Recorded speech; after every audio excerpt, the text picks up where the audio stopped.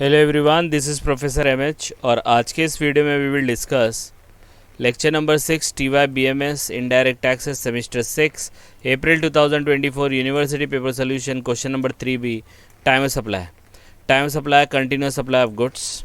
तो इसका time supply कैसे निकालना है वो हम लोग देखेंगे। थोड़ा इंटरेस्टिंग है कंटिन्यूस सप्लाई ऑफ गुड्स, लेकिन ईजी है, एक बार समझ लेंगे। ऑलरेडी जो थ्योरेटिकल पार्ट है टाइम सप्लाई का वो लिंक मैं डिस्क्रिप्शन में उसका लिंक दिया है, वहाँ जाके आप पूरा टाइम ऑफ सप्लाई समझ सकते हैं। यहाँ पे हम लोग पहले इसका छोटा सा रिवीजन ले लेंगे और उसके बाद इसको सॉल्व करेंगे कि कैसे सॉल्व करना लॉजिकली। तो let's start with the question first. Already 5 video upload हो चुके हैं इसी मुंबई यूनिवर्सिटी पेपर सोल्यूशन के, ठीक है। लिंक डिस्क्रिप्शन में, वहाँ जाके आप पाँचों के पाँचों क्वेश्चन को रेफर कर सकते हो। क्वेश्चन दिया है from the following independent transaction related to continuous supply of goods. देखो दिया है, ऑलरेडी दे दिया है, कंटिन्यूस सप्लाई है।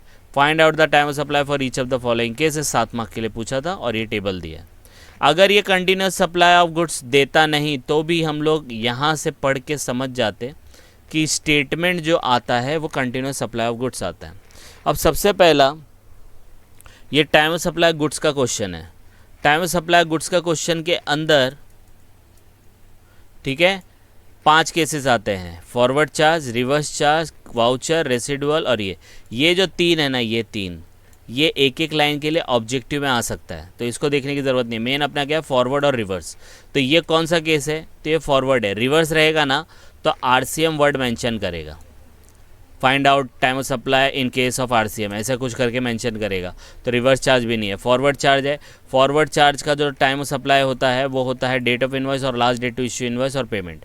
इनवॉइस और पेमेंट, इन शॉर्ट इनवॉइस और पेमेंट लेने का। तो इनवॉइस तो दिया है, पेमेंट भी दिया है, तो बोले सर दोनों में से पहला, नहीं ऐसा नहीं होता। यहाँ पे देखो एक वर्ड दिया है, last date to issue invoice, मतलब या तो डेट ऑफ इनवॉइस लो या उसका लास्ट डेट लो, दोनों में से पहला लो और पेमेंट लेने का फिर, ठीक है। अब पेमेंट लेंगे तो गुड्स के केस में याद रखना, अगर एडवांस पेमेंट आएगा तो फिर पेमेंट भी नहीं लेने का। डेट ऑफ इनवॉइस और लास्ट डेट टू इनवॉइस दोनों में से जो पहला रहेगा वो टाइम ऑफ सप्लाई रहेगा, ये याद रखना है। समझ में आया। Time of supply of goods के केस के अंदर, फॉरवर्ड चार्ज के अंदर आपको इनवॉइस और पेमेंट लेना, और इनवॉइस भी कौन सा, last date to issue invoice या ओरिजिनल, दोनों में से जो अर्लियर रहेगा वो लेने का और पेमेंट लेने का, ठीक है। यहाँ पे दिया है last date to of issue invoice cover the following, यहाँ पे दिया है where goods involve movement of goods where there is a continuous supply of goods. तो ये अपना केस कौन सा है, कंटिन्यूस सप्लाई का ही है ना। तो उसमें invoice need to be issued, देखो दिया है यहाँ पे, बिफोर और at the time of issuance of periodical statement. मतलब जो इनवॉइस है ना वो आपको पीरियोडिकल स्टेटमेंट इशू करने के टाइम पे या उससे पहले इशू करना होगा। तो अपने पास देखो एक date of statement of account है, that is the periodical statement. तो ये डेट आपका लास्ट डेट हो जाएगा इश्यू ऑफ इनवॉइस। ये तो इनवॉइस है, this is the last date, दोनों में से जो पहला होगा और फिर पेमेंट से कंपेयर करेंगे, आंसर आ जाएगा। लेकिन याद रखना अगर पेमेंट इन दोनों से पहला है, मतलब एडवांस है, एडवांस रहेगा तो टाइम ऑफ सप्लाई इन दोनों में से लिख लेगा।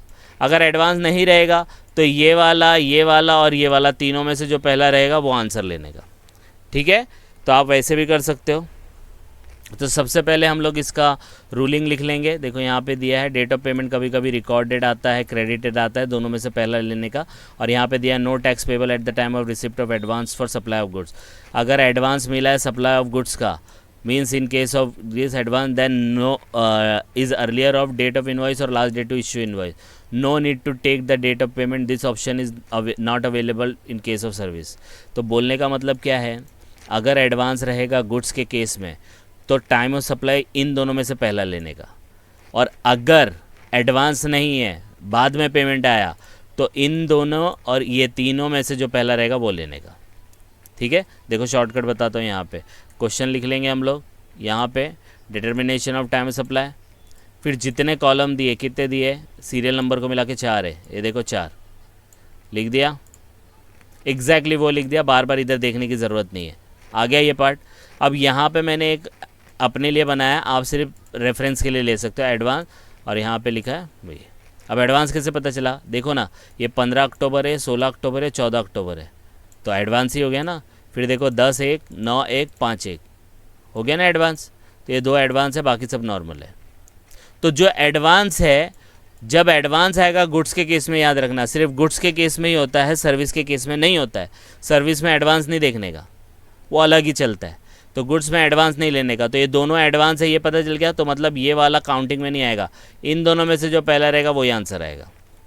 और जो एडवांस नहीं है, ये वाला एडवांस नहीं है और ये दोनों एडवांस नहीं है, तो इन तीनों में से जो पहली डेट रहेगी that would be the answer. देख लो चाहिए तो 15, 12, 17, तीनों में से पहला कौन सा है? 12। 20, 11, 25, 11, 1, 12, तीनों में से पहला कौन सा है? 20, 11। 10, 12, 9, 12, 12, 12, तीनों में से पहला कौन सा है? 9, 12। और एडवांस में क्या रहेगा? एडवांस में ये दोनों को नहीं लेने का, ठीक है। तो जब एडवांस रहेगा तो वो ही एडवांस पेमेंट नहीं लेने का।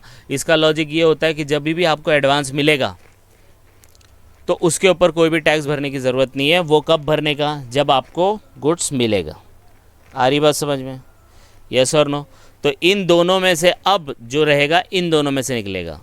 तो ये दोनों में से पहला कौन सा है? 15, 16, तो 15 पहला आएगा। 10, 1, 9, 1, तो कितना आएगा? ये रहा, बन गया तुम्हारा 8। कितने मार्क का है ये? 7 मार्क का। यहाँ पे देखो मैंने रूलिंग भी लिख दिया है। Time supply is earlier of date of invoice और last date to issue invoice. तो in case of continuous supply last date to issue invoice है date of statement and date of payment तो लेना है। एडवांस रहेगा तो date of payment नहीं लेना है। बोले सर आपने तो बहुत ईजी तरीके से बता दिया, मैं आपको इसको और लॉजिक से बता दूंगा। एडवांस रहेगा तो इनवॉइस में से ही पहला ले लेने का, और अगर एडवांस नहीं रहेगा तो जो भी पहला रहेगा वो आंसर आ जाएगा। ये सिर्फ गुड्स के केस में करने का 99%। सर्विस में भी ऐसा उठा के करोगे ना, 0 आएगा, ठीक है। लॉजिक बताता हूँ इसका क्या है। Last date to issue invoice का मतलब क्या है? देखो आपने इनवॉइस कब भेजा? 15/1 को, हाँ या ना? स्टेटमेंट कब आया? 12/1। पहले मैं आपको बता दूँ ये कंटिन्यूस सप्लाई ऑफ गुड्स का एग्जाम्पल कौन सा है। तो इसका एग्जाम्पल जो है ना, वो एग्जाम्पल है आपके घर में गैस आता है, गैस का बाटला, कोई बाटला लेता है और कोई पाइपलाइन होती है। तो पाइपलाइन जो होती है that is the continuous supply of goods. अब बोलेंगे सर वो तो गैस होती है, गैस होती है वो लिक्विड फॉर्म में होती है, प्रेशर से फिर वो गैस में आती है। आ रही बात समझ में? तो कंटिन्यूस सप्लाई ऑफ गुड्स का केस है वो गैस।